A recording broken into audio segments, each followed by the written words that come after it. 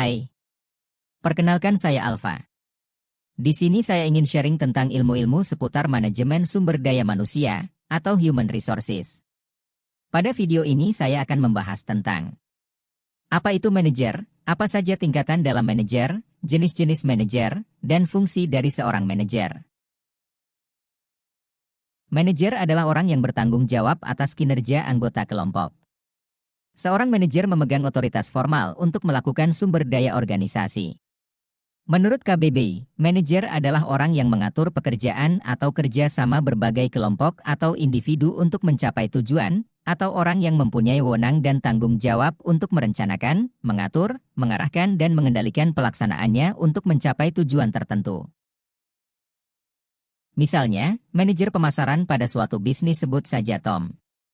Tom memiliki tanggung jawab utama dalam menentukan market plan maupun strategi pemasaran yang tepat, baik dalam menyampaikan, mendistribusikan, dan menyuplai produk yang sudah menjadi inti bisnis perusahaan maupun produk maupun layanan baru supaya dapat diterima konsumen. Tingkatan manajer dalam suatu perusahaan. Manajer dibagi menjadi 3 tingkatan yaitu pada tingkatan pertama ada top level manager, yang kedua middle level manager, dan ketiga first level manager. Mari kita bahas satu persatu. Yang pertama, top level manager atau manajer tingkat atas.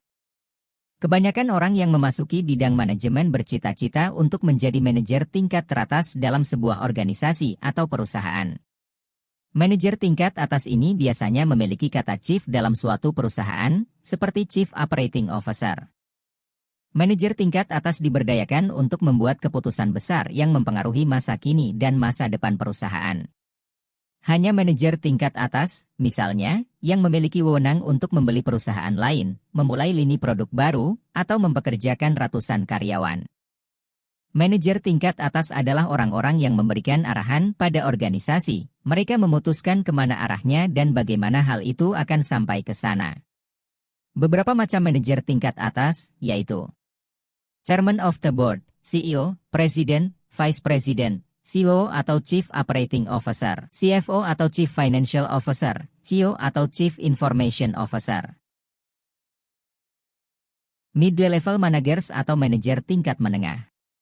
Manajer tingkat menengah adalah manajer yang bukan eksekutif atau pengontrol tingkat pertama, tetapi berfungsi sebagai penghubung antara kedua kelompok tersebut. Manajer tingkat menengah melakukan sebagian besar kegiatan koordinasi di dalam perusahaan, dan mereka bertanggung jawab untuk mengimplementasikan program dan kebijakan yang dirumuskan oleh manajemen tingkat atas. Pekerjaan manajer tingkat menengah bervariasi secara signifikan dalam hal tanggung jawab dan pendapatan. Tugas penting lainnya bagi banyak manajer tingkat menengah termasuk membantu perusahaan melakukan usaha baru yang menguntungkan dan menemukan cara kreatif untuk mencapai tujuan. Bagian utama dari pekerjaan manajer menengah adalah bekerja dengan tim untuk menyelesaikan pekerjaan. Macam-macam manajer tingkat menengah.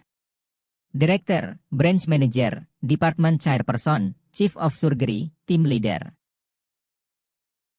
Terakhir, First Level Manager atau manajer tingkat pertama. Manajer yang mengawasi operasi disebut sebagai manajer tingkat pertama, manajer lini pertama. Manajer tingkat pertama bertanggung jawab atas tugas sehari-hari seorang karyawan dalam menciptakan produk atau layanan.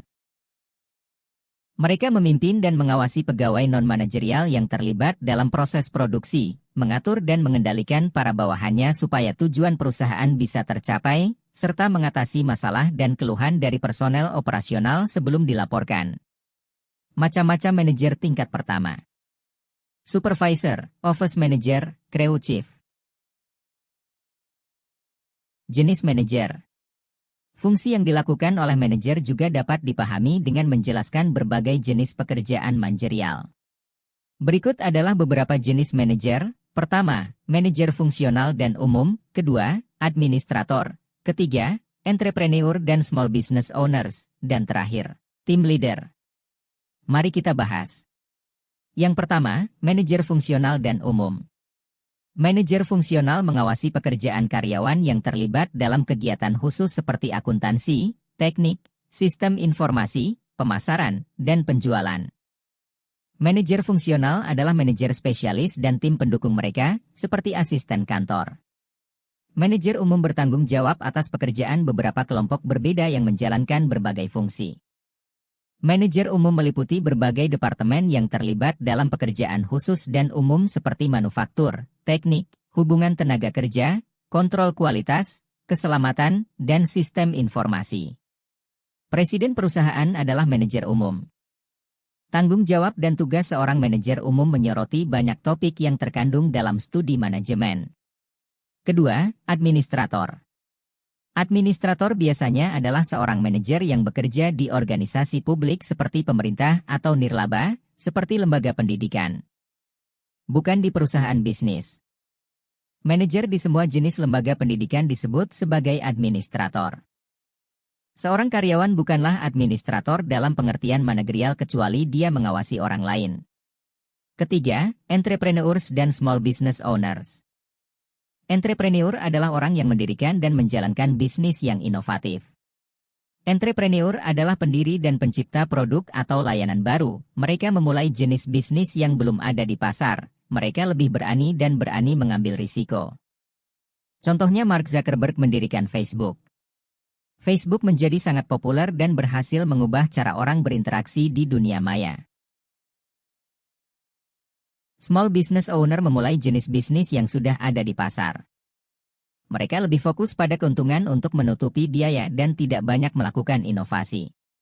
Starbucks dari kedai kopi kecil menjadi raksasa kedai kopi global merupakan bukti visi pendirinya dan kemampuan perusahaan untuk beradaptasi dan berinovasi dalam industri kopi yang sangat kompetitif. Karakteristik utama seorang entrepreneur dan small business owner adalah semangat mereka untuk bekerja. Jenis manajer ini biasanya memiliki dorongan satu pikiran untuk memecahkan masalah untuk melawan kompetitor dan membuat inovasi. Terakhir, team leaders. Seorang manajer dalam posisi sebagai tim leader mengkoordinasikan pekerjaan sekelompok kecil orang sambil bertindak sebagai fasilitator atau katalisator. Pemimpin tim ditemukan di beberapa tingkat organisasi dan kadang-kadang disebut sebagai manajer proyek dan manajer program. Semua pekerjaan managerial yang dijelaskan tadi sangat bervariasi sesuai dengan tuntutan yang ditempatkan pada pemegang pekerjaan. Semua pekerja yang menyandang jabatan Chief Executive Officer mungkin melakukan pekerjaan serupa. Namun posisinya mungkin jauh lebih menuntut dan penuh tekanan dalam organisasi tertentu. 4 fungsi managerial. Untuk mencapai tujuan, manajer melakukan 4 fungsi managerial. Fungsi-fungsi tersebut adalah planning, organizing and staffing, leading, dan controlling. Kita bahas fungsi manajerial yang pertama. Planning atau perencanaan. Perencanaan melibatkan penetapan tujuan dan memikirkan cara untuk mencapainya. Perencanaan dianggap sebagai fungsi sentral dari manajemen, mencakup semua yang dilakukan seorang manajer. Dalam perencanaan, seorang manajer melihat ke masa depan, berkata, inilah yang ingin kita capai. Dan inilah cara kita melakukannya. Pentingnya perencanaan berkembang karena memberikan kontribusi besar untuk melakukan fungsi manajemen lainnya. Misalnya, manajer berfungsi dalam membuat perencanaan strategis. Manajer tingkat atas terlibat dalam perencanaan strategis, biasanya dibantu oleh masukan dari orang lain di seluruh organisasi. Kegiatan dalam peran ini seperti menentukan arah bagi organisasi, membantu perusahaan menghadapi lingkungan eksternal, dan mengembangkan kebijakan perusahaan. Yang kedua yaitu, organizing and staffing atau pengorganisasian dan kepegawaian.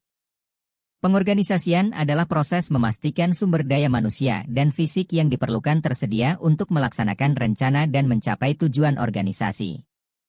Pengorganisasian juga melibatkan kegiatan penugasan, membagi pekerjaan menjadi pekerjaan dan tugas tertentu, dan menentukan siapa yang memiliki wewenang untuk menyelesaikan tugas-tugas tertentu. Fungsi kepegawaian memastikan ketersediaan sumber daya manusia yang diperlukan untuk mencapai tujuan organisasi. Mempekerjakan orang untuk pekerjaan adalah kegiatan kepegawaian yang khas. Misalnya, manajer berfungsi sebagai penyelenggara. Manajer terlibat dalam aktivitas seperti merancang pekerjaan anggota kelompok, mengklarifikasi tugas anggota kelompok, menjelaskan kebijakan, aturan, dan prosedur organisasi, dan menetapkan kebijakan, peraturan, dan prosedur untuk mengkoordinasikan alur kerja dan informasi di dalam unit tersebut. Yang ketiga yaitu, leading atau memimpin. Memimpin berarti mempengaruhi orang lain untuk mencapai tujuan organisasi. Konsekuensinya, ini melibatkan memberi energi, mengarahkan, membujuk orang lain, dan menciptakan visi. Kepemimpinan melibatkan banyak proses interpersonal seperti memotivasi, berkomunikasi, melatih, dan menunjukkan kepada anggota kelompok bagaimana mereka dapat mencapai tujuan mereka. Aspek kepemimpinan manajemen berfokus pada menginspirasi orang dan membawa perubahan, sedangkan 3 fungsi lainnya lebih fokus pada pemeliharaan sistem yang stabil.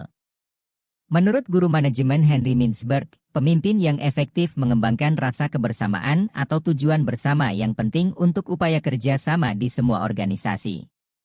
Meskipun kepemimpinan sangat berkaitan dengan persuasi dan inspirasi, pemimpin juga melaksanakan visi dan gagasan lain untuk perubahan yang dia persiapkan. Misalnya, manajer berfungsi menjadi motivator dan coach. Manajer membutuhkan waktu untuk memotivasi dan melatih anggota kelompok. Perilaku dalam peran ini meliputi pengakuan prestasi karyawan secara informal, memberikan umpan balik tentang kinerja yang efektif dan tidak efektif, dan memberikan nasihat kepada anggota kelompok tentang langkah-langkah untuk meningkatkan kinerja mereka. Terakhir yaitu controlling atau mengontrol. Pengendalian adalah fungsi kunci dari manajemen yang melibatkan pemantauan dan pengaturan kegiatan organisasi untuk memastikan bahwa mereka sejalan dengan tujuan dan sasaran organisasi.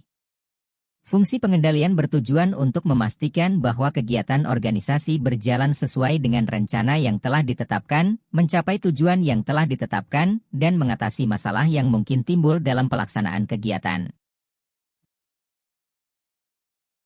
Seperti yang kita ketahui dari pembahasan sebelumnya, manajer adalah orang yang berperan dan bertanggung jawab besar dalam memajukan dan mempertahankan pada suatu organisasi seperti mengelola tim, membuat keputusan, memecahkan masalah, mengawasi operasi, menetapkan kebijakan dan standar, dan bertanggung jawab atas keberhasilan atau kegagalan.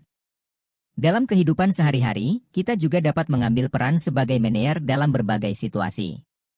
Meskipun tidak secara resmi memiliki gelar manajer, kita dapat menerapkan prinsip-prinsip manajemen untuk mengelola tugas dan tanggung jawab kita dengan lebih efektif. Misalnya, dalam kehidupan sehari-hari, kita dapat merencanakan mengatur prioritas untuk mencapai tujuan kita. Kita dapat mengatur dan mengelola waktu dengan baik.